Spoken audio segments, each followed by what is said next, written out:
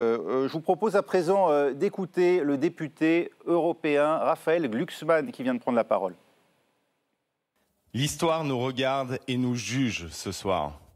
Aussi, nous devons chacun d'entre nous prendre nos responsabilités. Ce n'est plus simplement une élection législative, c'est un référendum. Voulons-nous, oui ou non, que l'extrême droite, pour la première fois de l'histoire de France, conquiert le pouvoir dans notre pays par les urnes?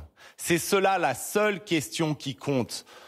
Les appareils, les identités politiques, la gauche, la droite, tout cela s'efface face à cette question vertigineuse. Sommes-nous prêts à donner notre pays, à donner le pays de Victor Hugo, de Voltaire, de Rabelais, à la famille Le Pen? C'est ça la seule question qui compte. C'est devenu un référendum. Aussi, nous appelons tous les candidats, toutes les candidates qui ont fini troisième dans une triangulaire face au Rassemblement national à se désister immédiatement. Et nous appelons à voter de manière claire, sans tergiverser, sans hésiter, pour tous les candidats républicains, démocrates, de droite ou de gauche qui se retrouvent face au Rassemblement national. Nous avons 7 jours pour éviter à la France une catastrophe qu'on n'a pas encore connue dans notre histoire.